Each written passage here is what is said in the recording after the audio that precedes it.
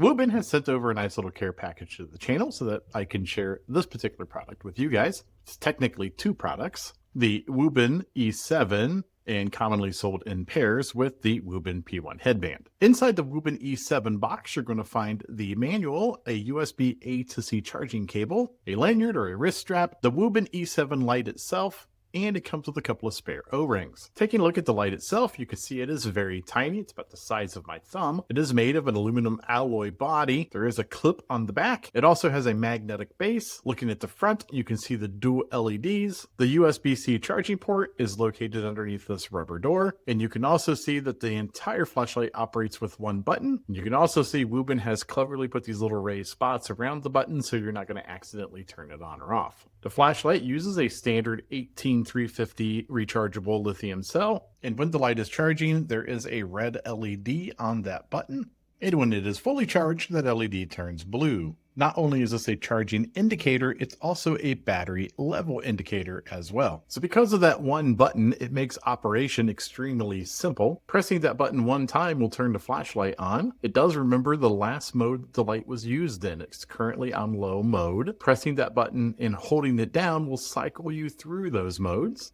That is medium and that is high. Now there's also a turbo mode. To turn the flashlight on turbo mode, you press the button 2 times.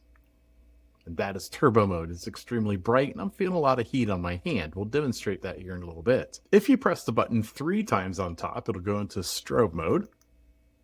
Pressing it again will turn that off. And if you press it 4 times, it'll put the flashlight in lockout mode. Lockout mode means that you cannot turn the flashlight back on unless you press the button 4 times again, and it'll turn lockout mode off. Let's take a look at the headband. You can see the headband is just like any other headband. It's nice and stretchy. It is adjustable. And the way this works is pretty simple. It just kind of rocks in and snaps in place. You can't really remove it unless you press down on this little tab right here where my thumb is. Then that lets you remove the flashlight.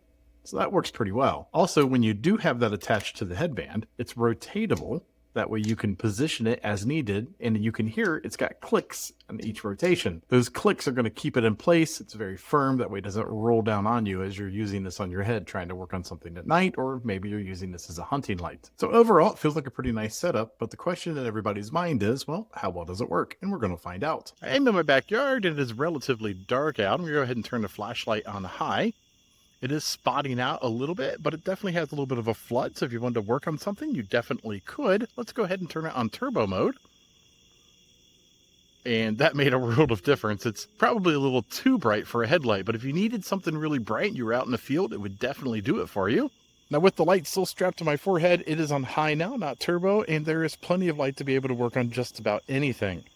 So what are my final thoughts? Well, it's definitely a great work light. It floods out nicely. It's not too focused as far as the beam goes. There's plenty of brightness levels to work with. It doesn't feel too heavy on my forehead. And if you need a really, really bright light, put it in turbo and you'll get that too. If you're interested in purchasing this flashlight, I will put an affiliate link down below. If you like these types of videos, don't forget to like and subscribe. Take a look at some of my other videos. At the very least, you might be entertained.